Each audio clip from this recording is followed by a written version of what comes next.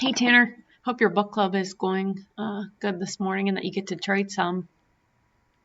So I started this morning by trading EVK.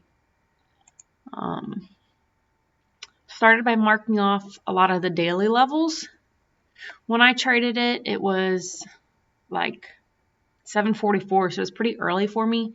And when I traded it, it was actually below this line here of daily resistance. I knew it had a gap here that it could go up, but since it was below, kind of thought it was going to stay down in this area. So let me pull up my 1 minute.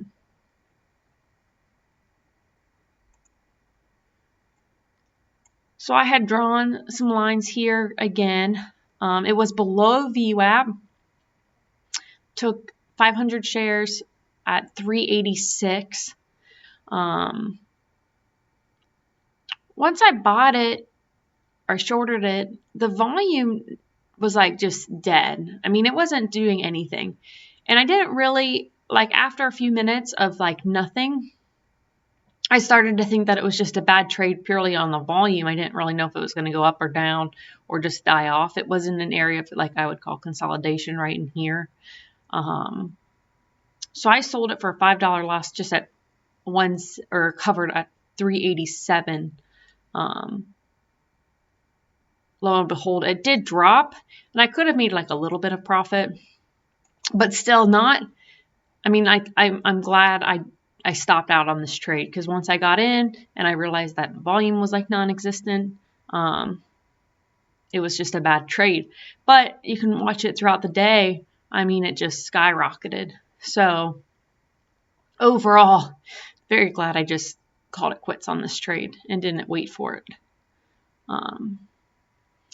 Later on in the day, opportunities could have occurred, but I had moved on from EVK and I started looking at LIZI, L-I-Z-I.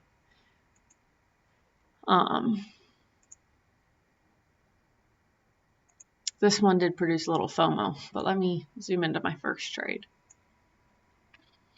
So I'd drawn lines here and I took my first stab at it at 480 and I sold at covered at 478. 2-cent winner, not that impressive. Again, I thought it was fading. I just thought maybe I was too early. I also know that this 8 o'clock candle doesn't really matter, but that does produce an emotional response in me when I'm holding it, and I really don't know why it's shooting up and down. And since I don't fully understand it, I just assume try not to hold a stock through it. Because although it always typically ends right where it was, I just don't like that feeling. So the red volume skyrocketed at open, and I took a stab at break of VWAP, 500 shares at 466. So in retrospect, should I have held this? Yes, I could have. But like I said, emotional response to that 8 o'clock candle, just not worth it for me. It was also still above VWAP, so on the 5 minute, I wasn't too sure if it could shoot back up. So since I wasn't positive, I just had to get out of it. But this break of VWAP I thought was good. So let me continue. It went up a little bit at first. It didn't alarm me.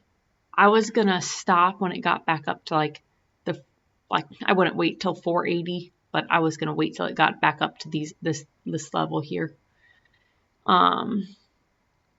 Profit target taking a short at 466 was 446.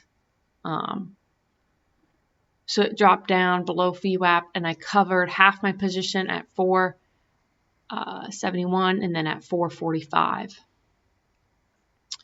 This is where the FOMO came in. It just kept dropping. I